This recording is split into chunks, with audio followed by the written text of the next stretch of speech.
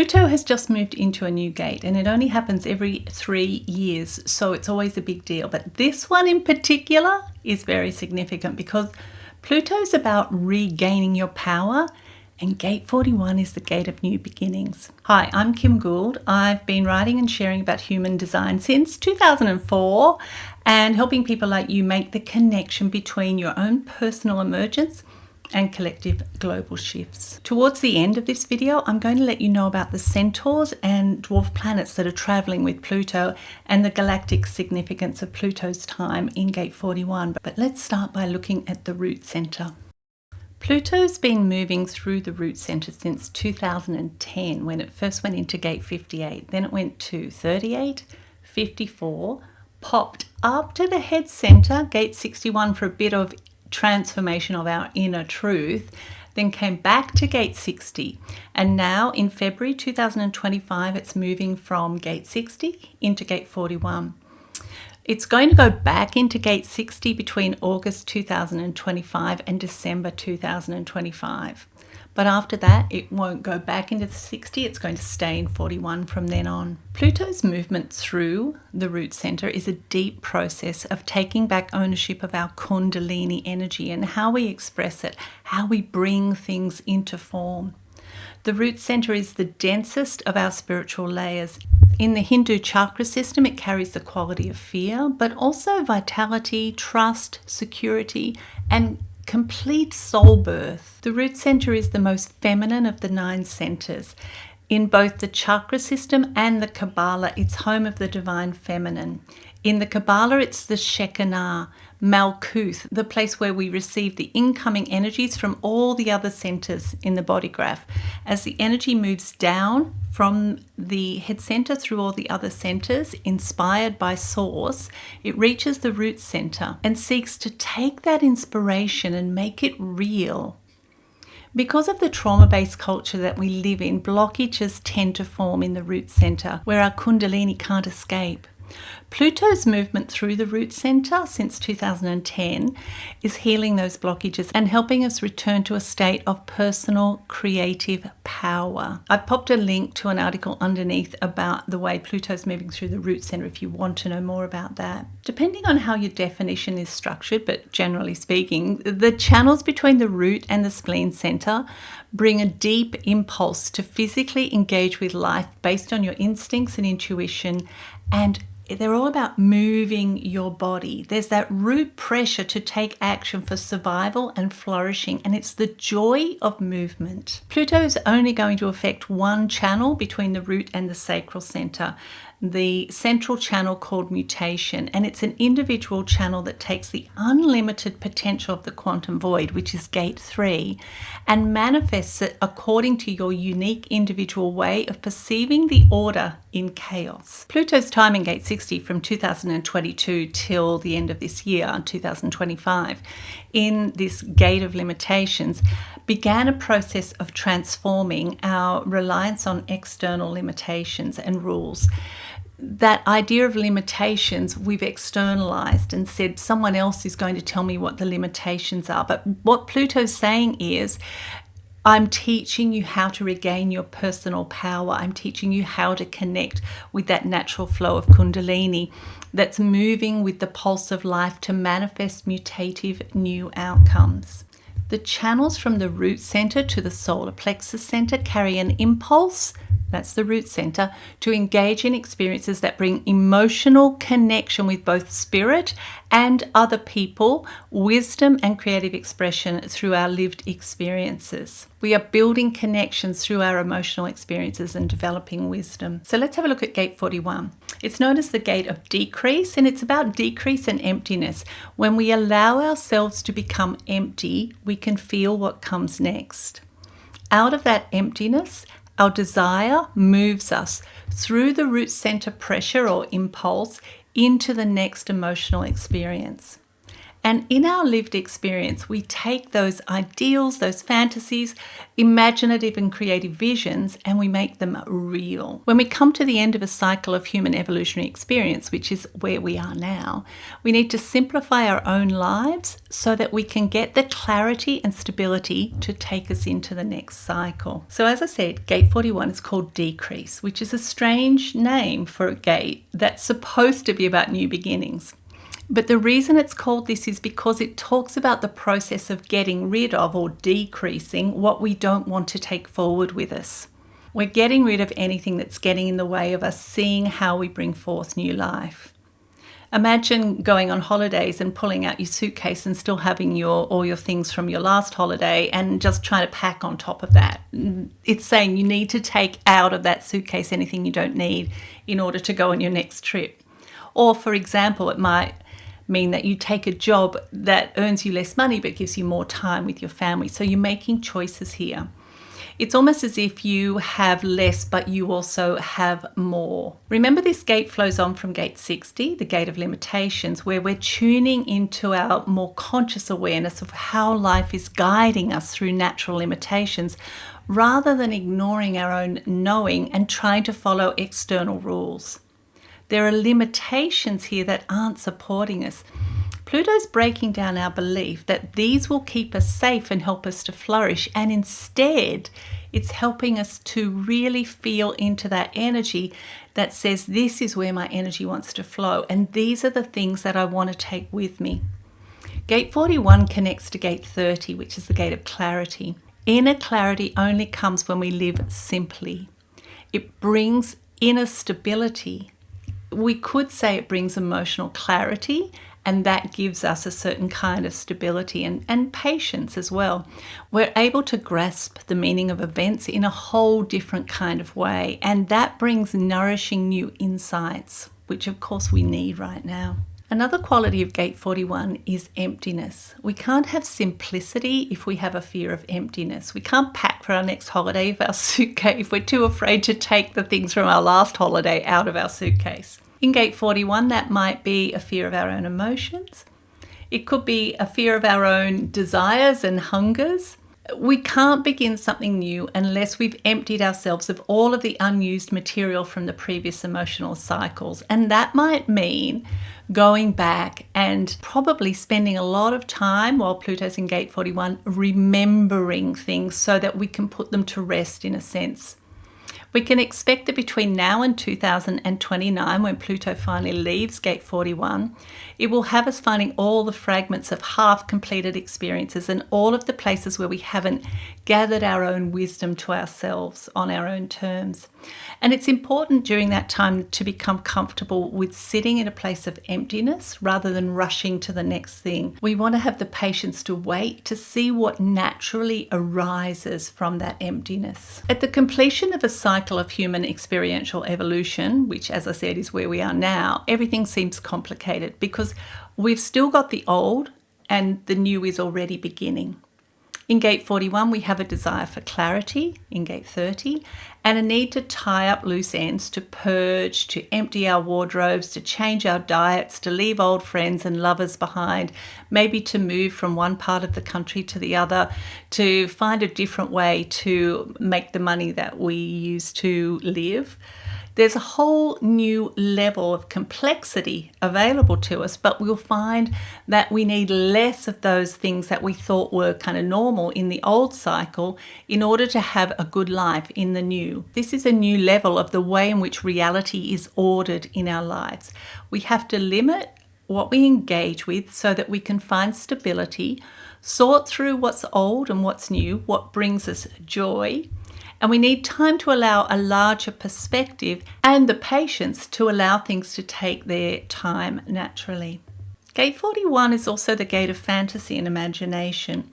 This is the gate where we dream of new things. We feel it as a desire, an intense, deep emotional drive for experience. The fears of the root center can have us believing that we should keep our desires in the realm of fantasy because maybe they won't live up to our dreams. Maybe we will make a mistake and feel foolish. or maybe we've experienced disappointment before and we don't want our hopes to be dashed again. Who needs that? But this is a channel where we take our ideals, our dreams, our fantasies, our creative visions, and we live them. Once we take that first step, we're on a journey that's going to teach us, heal us, and make us wise. The emotional cycle initiates emotional growth through lived experience. Our desires are no longer locked up in an unlived fantasy. We get scarred, sure, but we also get more real. Let's have a look at some of Pluto's qualities. Pluto's about surrender of some form of self that's done. It's complete. If you think of a set of Russian dolls, we've got one smaller Russian doll we're done with. We can't live inside that space anymore. We need a bigger space. So Pluto chucks that one out.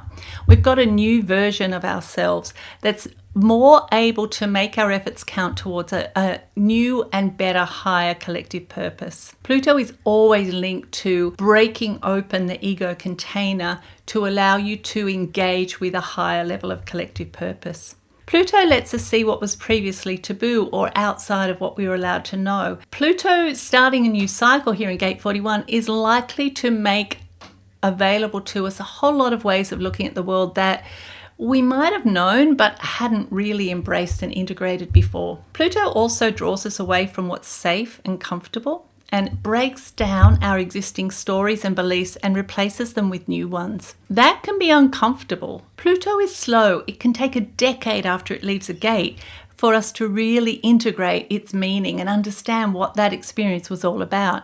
And you might find it uncomfortable to not know where things are headed. But with patience, Pluto always brings about the change that we desire. In Gate 41 in particular, Pluto helps us see imbalances and inequity, greed, inequality, corruption.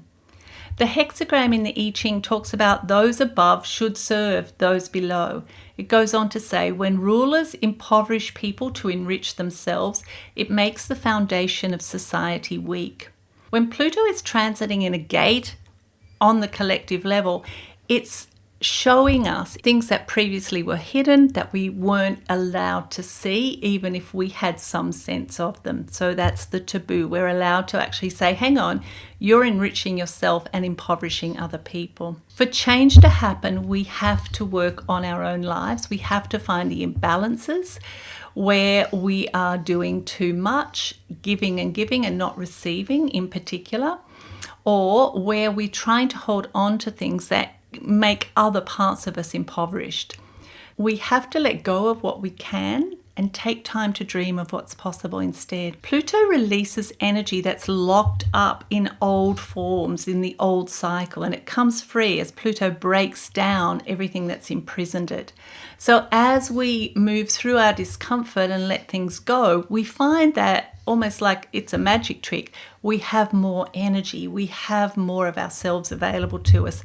There's a kind of alchemy in Gate 41 where you start out feeling as if you are sacrificing something and then realize that all along you were moving into more than you could have imagined. Now, it might sound like you personally have to do a lot of hard work, but you don't have to make this happen. You just move with Pluto's transformative energies, and together we'll get this done. The most important thing here, I think, is to begin to grasp the personal significance in our own experiences. What do your experiences mean for you? Not rationally, not according to what someone else tells you, not trying to hide the bits of yourself that you're uncomfortable with. For our own soul growth, we have to own and understand the meaning of our own experiences. That means healing emotional wounds around a whole lot of things, not being good enough, not fitting in, being weird. These are all Gate 36 themes. There's a really powerful rebalancing here as these two channels, which form the part of the experiential circuitry, are going to be active all the way through to the end of 2026. This is shifting the way in which we perceive reality. Right now, we live in a world where so-called logical and rational thinking is prized over all other ways of thinking and relating. And you might go, yeah, but I don't really do that. But when you live in a society that values logical, linear thinking over messy emotions, or even within the spiritual community that values unconditional love over messy, dark feelings, we can get out of balance. The next 2 years are going to rebalance that so that our emotions, not only will we have more emotional clarity, but we'll be able to integrate all of our emotions rather than just the good ones or the logical ones. Although we're likely to resist this at first, it's understandable, it's going to be a little bit uncomfortable. These channels and the transits to them will rebalance our brains to embrace a world that is interpreted through symbols, art, and story, the emotional intelligence of the unseen world, and not just what we can prove out here or we can argue as being logical or factual. Most people only work with the standard human design chart and those standard 26 activations, but I play with all the asteroids, dwarf planets, and a whole lot more than that. Traveling with Pluto through its time in Gate 41 are 4 minor planets: Amycus, Arawn, Hylonome, Cyllarus, and Chariklo. Arawn is a trans-Neptunian object, the other 4 are centaurs. So let's start with Amycus. It's a centaur. It's in Gate 41 for most of the time that Pluto is there.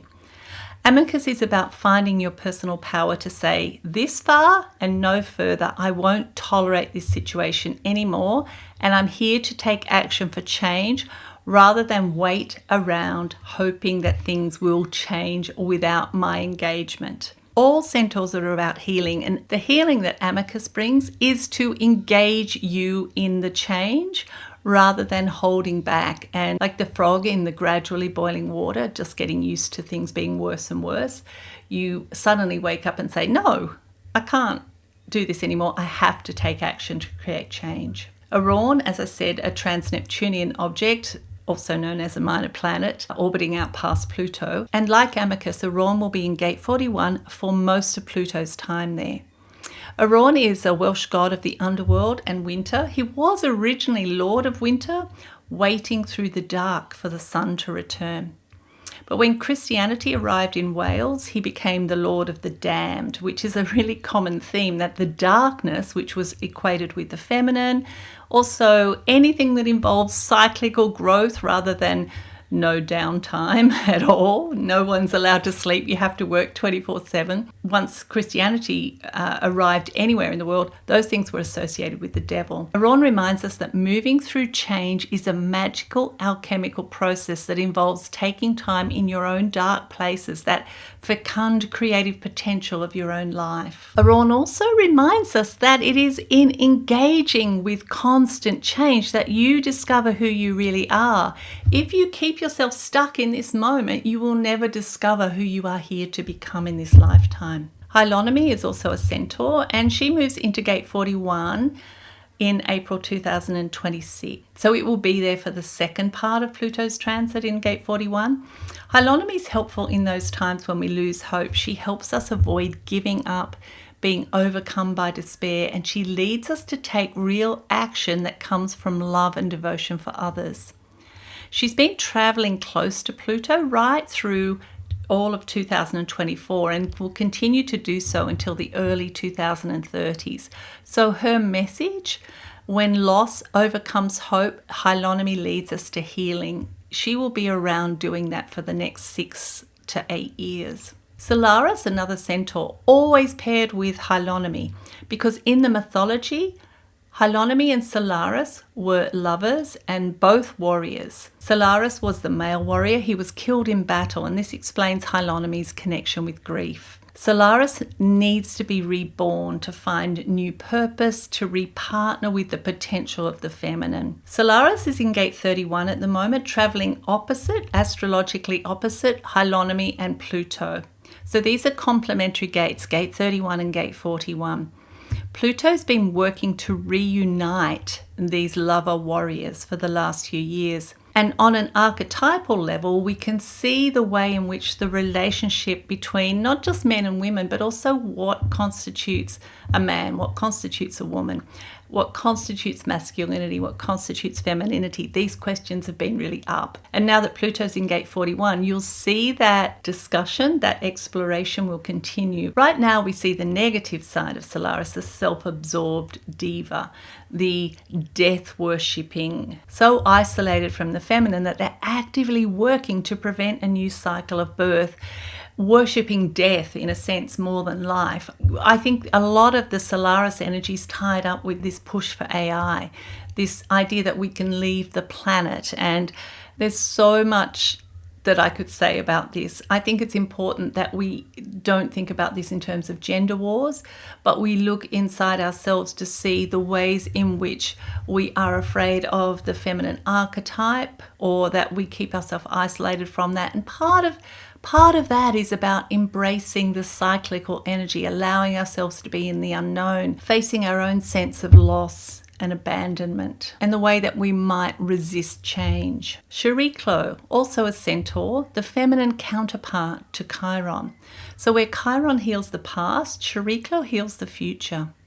Chariklo is going to be in gate 30, adjoining Pluto in gate 41, from April 2026 all the way through till April 2029. Chariklo releases blockages to flow and change, giving us a renewed capacity to open the door so we can imagine and create a better future. And interestingly, Chariklo has strong connections with futuristic technology, space exploration, and also the ideals of stories like Star Trek, Star Wars, and even Doctor Who. It has a really strong connection to those three television shows, interestingly enough. Chariklo is, just like Chiron, a very, very powerful energy for us to be able to envision a different kind of future. Now, let's go a little bit out beyond Pluto. When you and I were at school, quite possibly, Pluto was right at the edge of our solar system, but not anymore. In 2005, astronomers discovered that Pluto was not a planet like the others that we know and love, Neptune, Uranus, Jupiter. But it turns out that he was more like the dwarf planets that were being discovered out in deep space. And these dwarf planets orbit around our sun, but they can take up to 12,000 years and more to do so. When Pluto was at the boundary of our world, we believed in the archetypal energy of transformation as a process of death and rebirth. The ideas of no pain, no gain, suffering leads to wisdom, etc. And we had to make our trip to the underworld in order to grow, so the story went. These new dwarf planets are not all that interested in suffering. It's a good thing. They're all about the awesome power of universal creation, and each dwarf planet, and there's 4 of them now, there will be more, brings new strategies for us to engage with change and growth. One dwarf planet in particular is very important. While Pluto's in gate 41, it's making an astrological square with dwarf planet Haumea in gate 28. This connection between Pluto and Haumea is active from 2022 all the way through to 2028, and they're going to meet 6 times while Pluto's in gate 41. Haumea is the anti-Armageddon planet. That's what I call her. She works against the story that we're all moving in a straight line towards destruction. It is astonishing to me how deeply embedded that Armageddon or rapture kind of story is built into our society and culture, and how much we don't see it in ourselves. But Haumea is kind of blowing that story up, and instead representing the rebirth of a new spiritual ecological axis in human consciousness. We've got an integral earth-based ecology that's nested into an aware and conscious cosmos. We can all feel this. Haumea is bringing it to reality. The integrity of our soul's greater purpose, attuning our creative energies to the fundamental forces governing life, not just on Earth, but also through the cosmos.